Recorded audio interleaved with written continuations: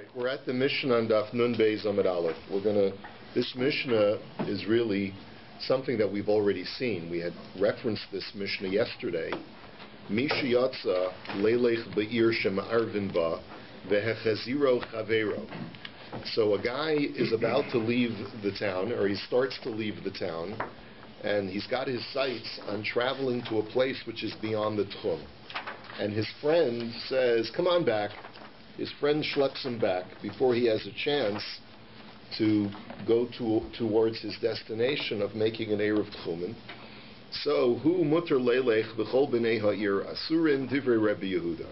He's permitted the following day, Shabbos morning, he's allowed to go to walk all the way to that other place that's outside the Tchum, but everyone else in the city is not permitted. That's according to Rabbi Yehuda. And we explained yesterday what exactly is going on, but we'll speak it out again in the Gemara momentarily.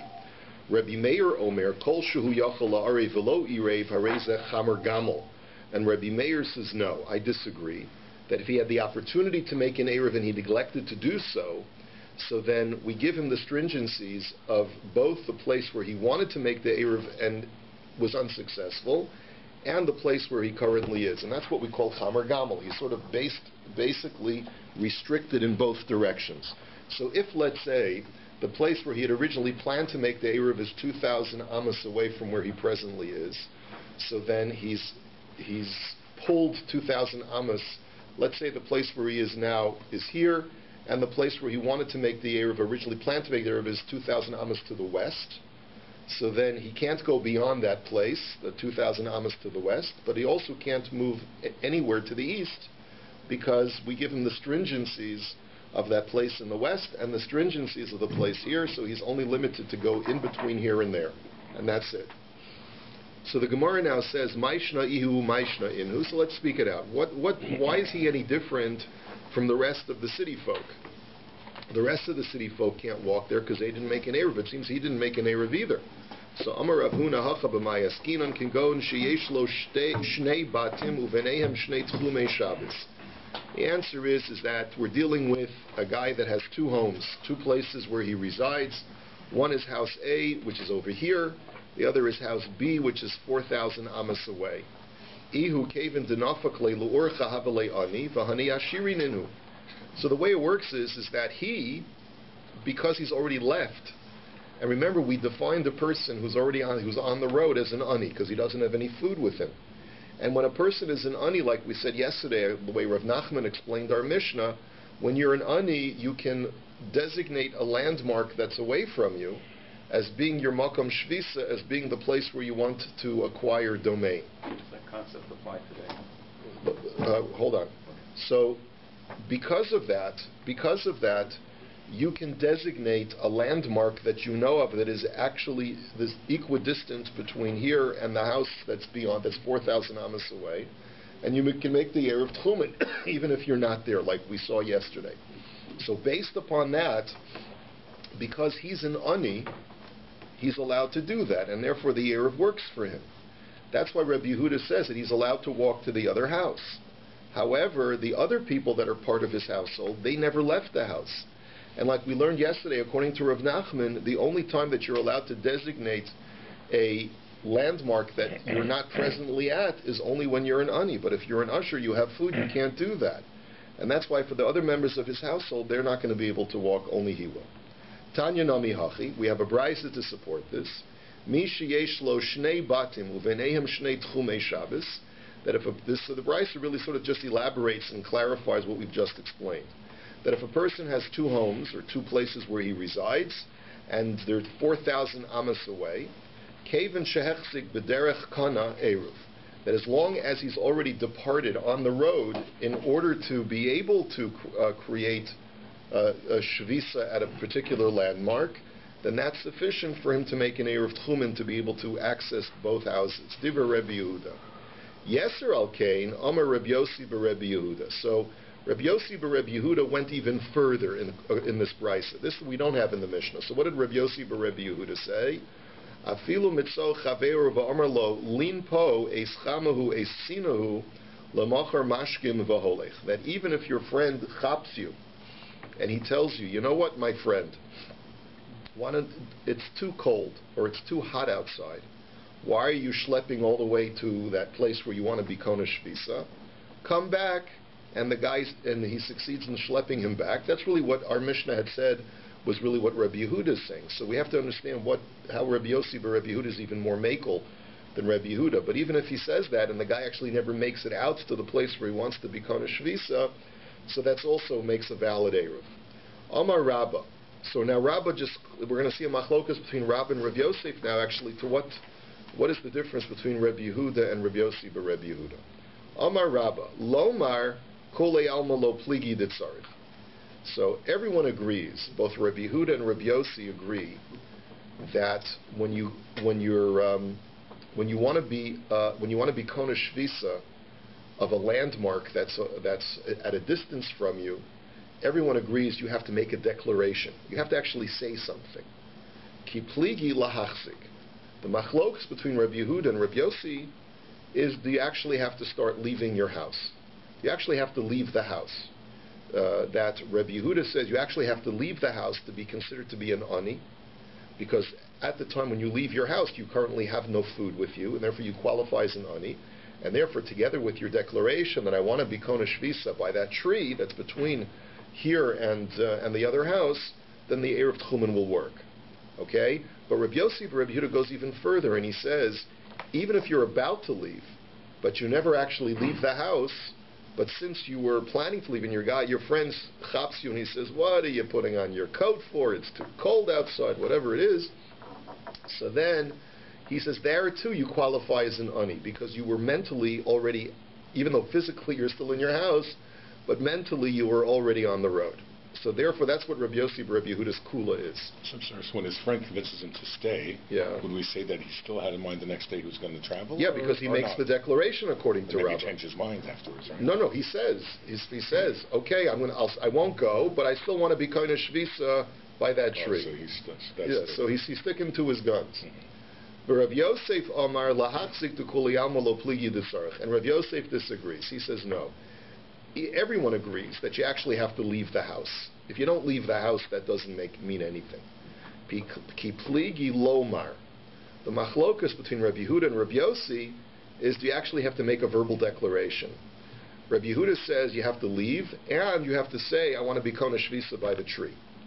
But Rabbi Yossi says, you know what? The very fact that you left your house is a demonstration that you have the intent of being Kona Shvisa at some point that will allow you to get to the other house. And that's therefore enough as long as you mentally had it in mind. That's the machlokas. Now, Keman az lahada amar ula. So let's take a look at a statement made by Ula and see who it goes according to. Mi shehechzik baderech behechziro chavero. That if a person already left the house and his friend schleps him back inside, harehu muchsar umuchzak. So this person, says Ula, is returned, but he's also already departed. So the question is, what does that mean? That's a contradictory statement.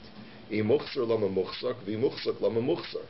If he's already returned, then what does it mean? He's muchzak, that he's already established a departure.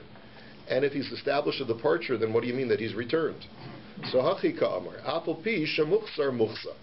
What it means is that even if his friend schlepped him back, he's still considered to have acquired domain beyond his house. And Kiman, Rabbi Yosef, Aliba de Rabbi Yossi be Rabbi Yehuda. This goes according to Rabbi Yosef, who says that even according to Rabbi Yossi, you actually have to leave the house. In other words, because Ula said the guy actually left, and then his friend pulls him back in. So therefore, Ula agrees that according to everybody, you actually have to leave the house. But Ula's statement did not require the person to actually make a verbal declaration, and therefore goes like Rabbi Yossi be Rabbi Yehuda. And now, by the way, I'm learning this all. As you can see, there's a humongous amount of Rashi on this page. I'm doing you a tremendous favor. Yeah. I'm doing you a big favor today. I've sifted through all of this Rashi, and I'm pulling out one mahalach in Rashi. There's other ways of interpreting this Gemara, okay? Like Cliff's Notes. I'm giving you the Cliff Notes, right? The Korobkin Notes. The Korobkin Notes, right? Rav Yehuda bar Ishtisa Aisile Kalkala de Peiri le Rav Nassan bar Oshia. So the Gemara now tells us a story.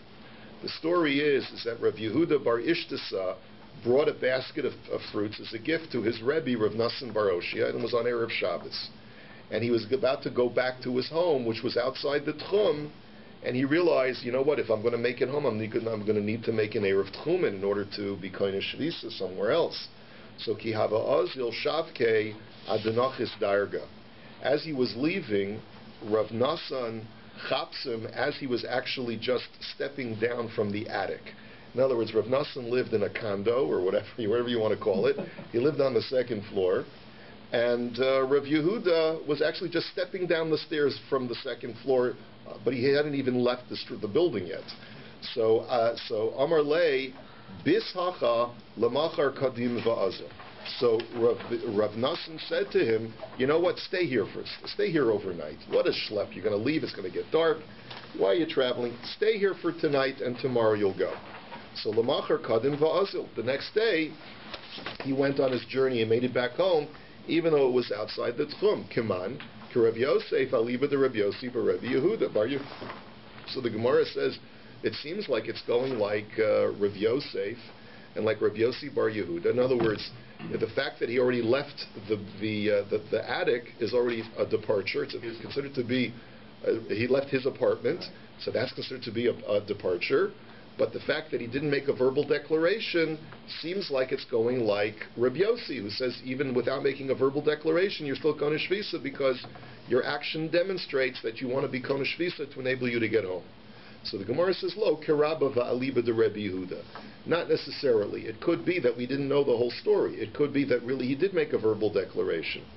And it goes like Rebbe Yehuda, who still requires a verbal declaration in order to be Kona Shvisa. Why it says lo ki Rabba? No, it goes like Rabba according to Rabbi Yehuda. Rashi says it's lav davka because really it could go either like Rabba or Rav Yosef. Rabba and Rav Yosef both agree that according to Rabbi Yehuda you need to do two things. You need to leave the house and you need to make a verbal declaration. So why we go like Rabba is because Rashi says whenever we have a choice of paskening either like Rabba or Rav Yosef, we would prefer to pasken like Rabba. And that's why we say that it's like Rabba's interpretation of Rabbi Yehuda, which also is Rav Yosef's interpretation of Rabbi Yehuda. Okay, let's go on to the next story, to the next part of the Mishnah. Rabbi Meir Omer Kol Sheyachol La'arev Chulei. Rabbi Meir says, look, if you can make an Erev and you don't do it properly, we assign you the status of Chamer Gamel. Now, the question that we have to ask ourselves is, why does Reb Meir hold that your Erev is not a valid Erev? A guy left the house, he should qualify as an ani because he's already left the house, and he wants to make a verbal designation of the landmark that's at a distance. Why doesn't it work?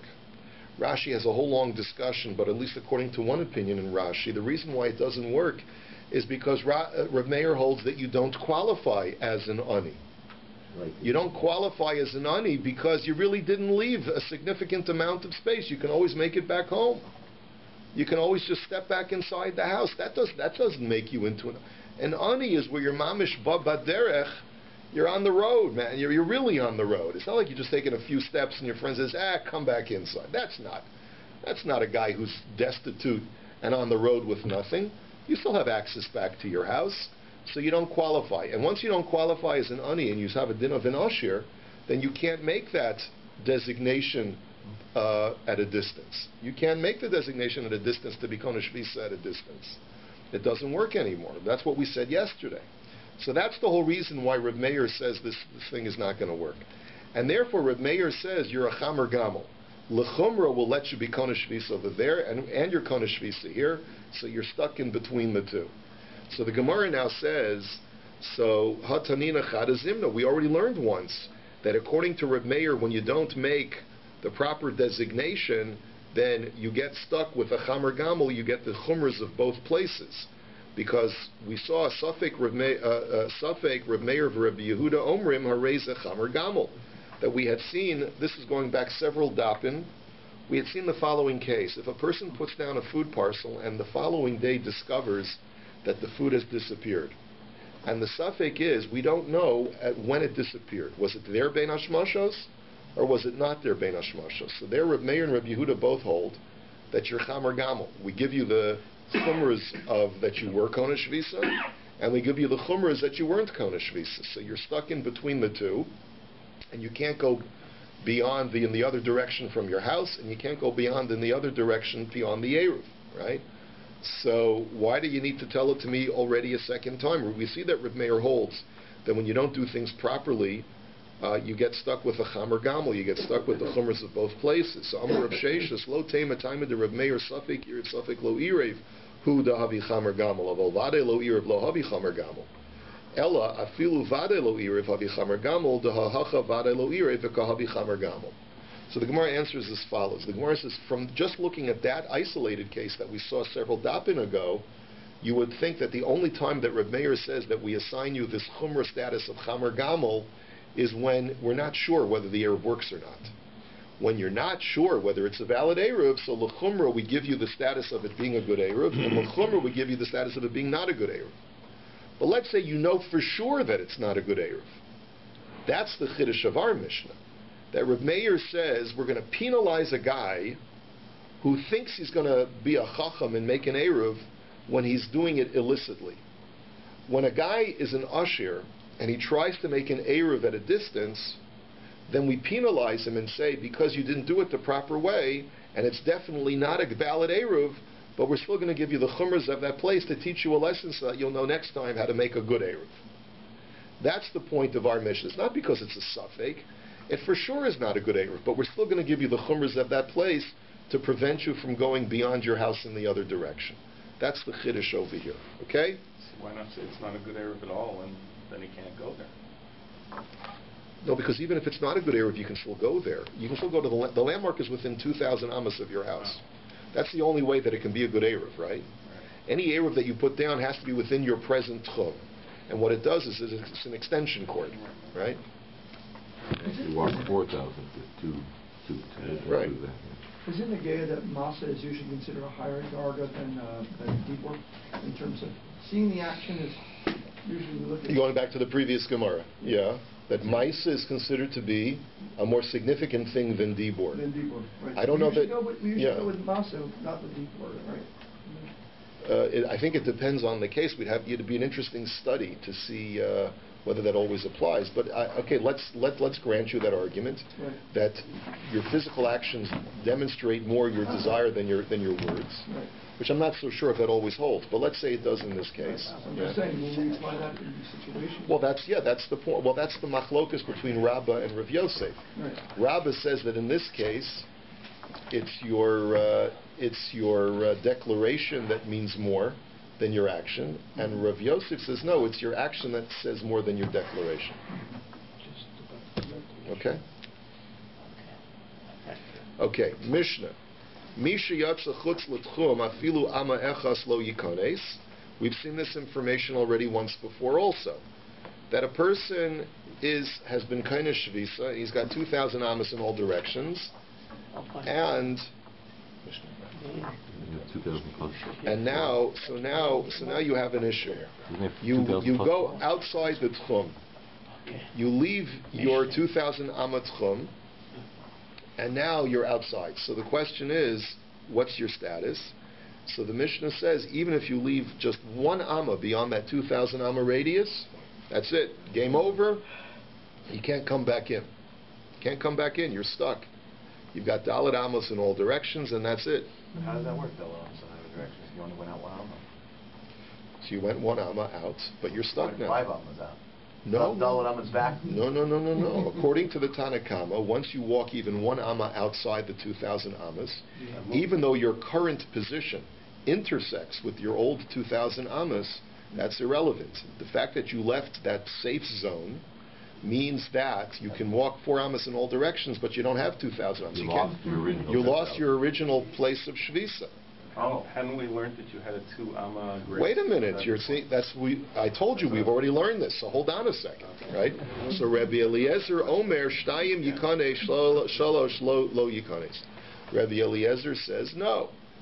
Because you have a 2 amma radius that intersects with the old tchum, then you're allowed to come back in. Now remember, why does he not say 4 amma radius? Why does he only 2 ammas? Because Rabbi Eliezer is Lishita, so he says that you have a 4 amma diameter, not a 4 amma radius. So you only have a 2 amma radius according to Rabbi Eliezer, right? So he says that as long as you're within 2 ammas outside of the original 2,000 amma tchum, as long as your current radius of 2 ammas intersects with your old radius of 2,000, you can come back in. You can come back into that zone, okay? So now the Gemara says, but if it's 3, if it's beyond the 2, then you can't, because you no longer have intersecting radii. The Gemara now says, Amar Rabbi Chanina, Raglo echas b'sochat tchum, v'raglo echas chutz l'tchum, lo yikanes. So Rabbi Chanina, he's clearly going according to the Tana Kama now, right? You got 1 foot out, you got 1 foot in, and you shake it all about. Anyway, so you got 1 foot out of the tchum, 1 foot inside the tchum. What's the halacha? You're not allowed to come back in. Dichsiv im tashiv mishabos raglecha. That it says in the pasuk that if you tashiv, if you sort of restrain from Shabbos your foot, sort of like in this context, it's like if you remove even 1 foot from Shabbos, from your domain of Shabbos, so then you're stuck. Asos chafatzecha, that you're no longer allowed to do any of your things. That's it. Game over. And raglecha ksiv, and the word regel is written in the singular, so even 1 foot out makes it no good. So frek the Gemara v'hatanya raglo echas b'sochat chum v'raglo echas chutz l'tchum yikanes. But there's a brisa that says just the opposite, that if 1 leg is out and 1 leg is in, you're allowed to come back in. Hamani acherim hi, so the Gemara says that goes according to another opinion. The Tanya acherim omrim l'makom sherubahu nizkar, or nizdaker. That because the acherim say that as long as the majority of your body is within the tchum, then your rest of your body gets drawn after the majority. And since you only have 1 foot out, that implies that the rest of your body is inside, and therefore that's where you count. So it's a machlokes. It's a machlokes between Rabbi Chanina and the Acherim. Rabbi Chanina says that 1 foot out is already too late, and the Acherim say that as long as the majority of your body is inside, then you're okay. Ika da Amri, others learn just the opposite. Amar Rabbi Chanina, Raglo echas b'sochat chum, v'raglo echas chutz l'tchum yikanes, that he says, no, if 1 foot is in and 1 foot is out, then you're allowed to come back in. Why? Because the chsivim tashiv mishabas raglecha karina. Because he says the word raglecha, even though it's written without a yud, but you can read it as if it has a yud, raglecha, and therefore the word raglecha means both feet. So both feet have to be outside the tchum in order for you to be considered outside. But if as long as 1 foot is in, you're still okay. Do we have a proof that speaking, taking precedence over writing? Right. What you say has a precedence over what's written. In the Torah, it's written. Kriyan Ksiv. You're talking. I mean, this is a discussion in many places. It doesn't affect the other between action. No, Dave is not. That's totally different. Frek the Gemara v'hatanya lo yikanes. But what about the brisa that says you're not allowed to go back in? So who the Omar kacherim detanya l'makom sherabu nizdaker or nizkar. Because Rabbi Chanina holds like the acherim who say that as long as the majority of your body is still inside the tchum, so then you're okay.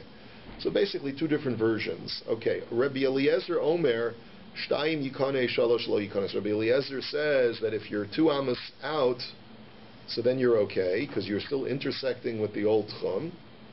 But 3 is not okay. So frek the Gemara v'hatanya, Rabbi Eliezer Omer Echas Yikanes, Shtayim Lo Yikanes. But this brisa says no, that you have to be within 1 amma. But if you're with 2 amas out, so then it's too late.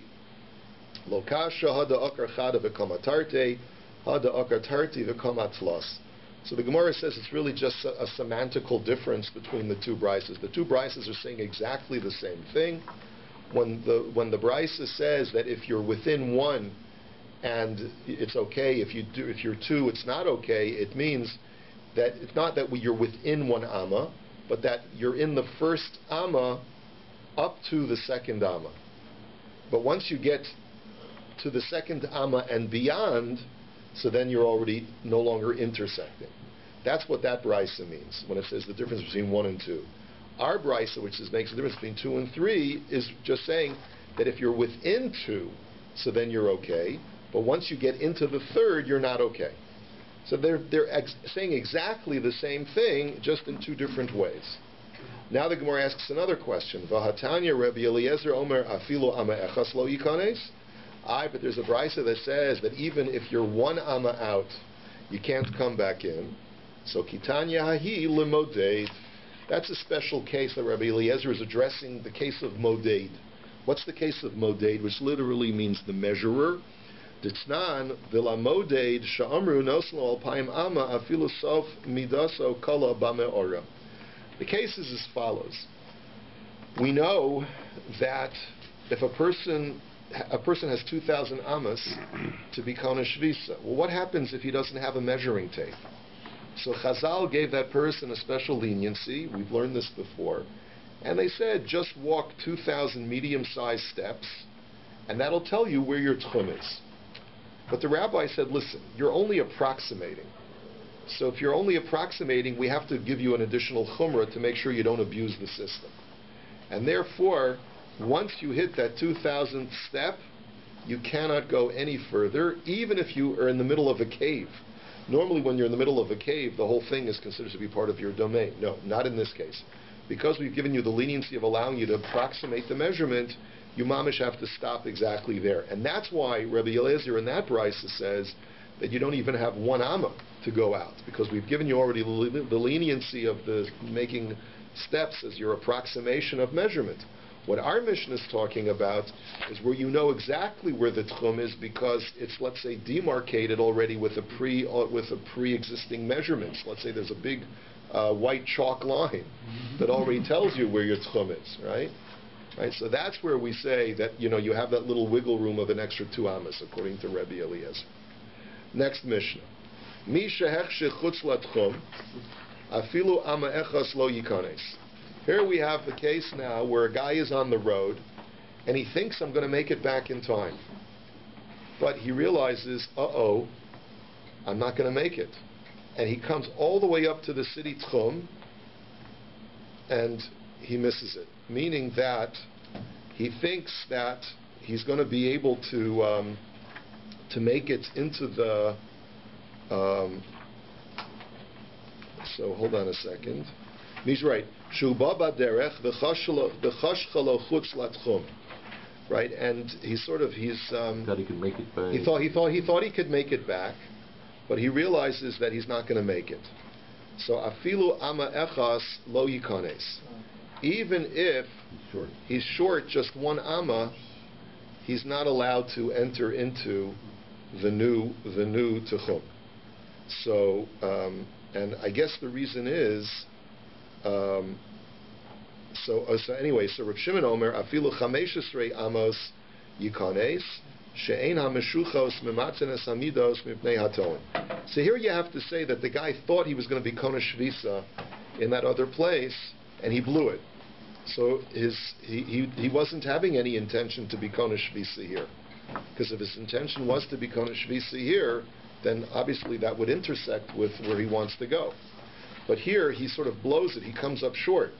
So even 1 amma short, he's not going to be able to walk into the city. Comes along Reb Shimon and he says, no. Even if he's even up to 15 ammas short, he's going to be okay. You know why? Because she'ein hameshuchos, the people who use cords to measure the tchum, the 2,000 ammas, they are not mematzenes hamidos. They don't get the measurements exactly right. Mipnei hatoim, right, because of the people who make errors. And the Bryce explains, Tana b'pnei toei hamida, because people who make errors in measurements. So Rashi explains that what's going on over here is as follows. How do they measure the 2,000 amas from the city? You know how they measure? So basically, you've got a city, and then you've got this big chalk line around the city, which is the 2,000 amas, the 2,000 amas, right? So he wants to try. He's going to come up short, so he's going to end up being, if anything, he'll be kona shvisa where he is, but they'll still preclude him from coming into the city, because he's falling short. He won't be able to come into the city on Shabbos. But so Reb Shimon says, no, it's okay. You know why? Because when they drew that white chalk line, how did they measure? They measured by using rope, by using cord. And what do they do? Typically, a cord is 50 amas long. So they're going to have to use 40 times that 50 amma cord to measure it from the city limits to the point where they draw their white chalk line. Okay?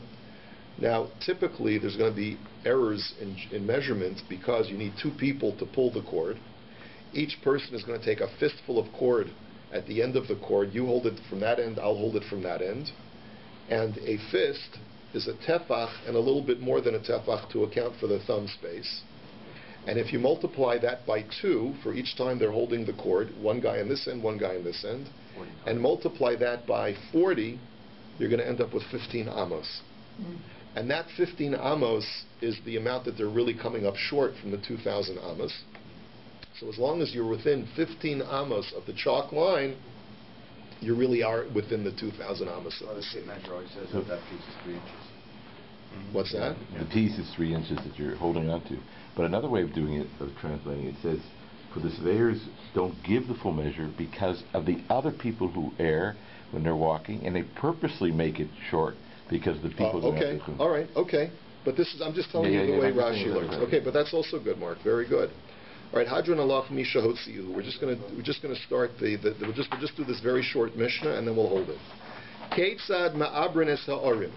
How do we expand the cities? Now, the word la'aber comes like the word isha me'uberes, like a pregnant woman. Just like a pregnant woman is bigger than she normally is, so too we make the city bigger than it normally is. And essentially what we do is that we know that in trying to delineate that chalk line of the city, of the 2,000 amos outside the city, you want to be able to, as we're going to see, we're going to create a square or a rectangle around the city. And we have to be able to measure what exactly are the city limits. You can't, how are you going to do it if no city is exactly square-shaped and no city is exactly circle-shaped? There are things that jut out and things that jut in. So how are you going to know how to measure it? So the Mishnah says, so bayis nichnas bayis yotze, pogum nichnas pogum yotze. So sometimes you have houses that zig out, some houses jut in, sometimes you have pogum nichnas pogum yotze, sometimes you have ruins, like portions of homes that stick out, sometimes you have portions of homes that are, let's say, with collapsed walls that stick in. So it's really very difficult to know exactly what the outlying part of the city is. Hayusham gedudios gevahos asar tvachim, or if you have towers that are attached to the wall that are 10 tvachim high or more, so that also juts out. Sometimes they jut in an indentation in the wall of the city. So ugesharim unafashos sheishbam beis dira, or if you have bridges or crypts, mausoleums, cemeteries that have, let's say, a place where a person could potentially reside. So that's also part, even though it's maybe on the outskirts of the city, that's also considered to be part of the city. So motzianes hamida kinegdan, basically what you do is you extend the measuring tape or the measuring cord to those outlying regions and you drop down. So for example, if let's say in the northeast corner you have one of these structures that extends out, that juts out, so you have to draw a line on your map that goes straight down, straight south from that point, even though the portion of the city that's the corresponding south part of the city, the southeast part of the city, is well extended inwards and is much further westward. But you basically draw a four-sided. You draw a rectangle or a square that bounds every one of the structures that is within the city, and you square it off. It doesn't have to be literally a square; it could be a rectangle too, but it has to be four-sided, with one side facing north, two sides facing east and west, and one side facing south.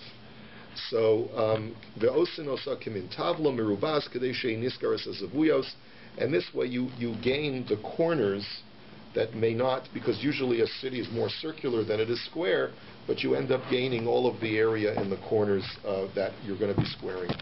Have a wonderful day.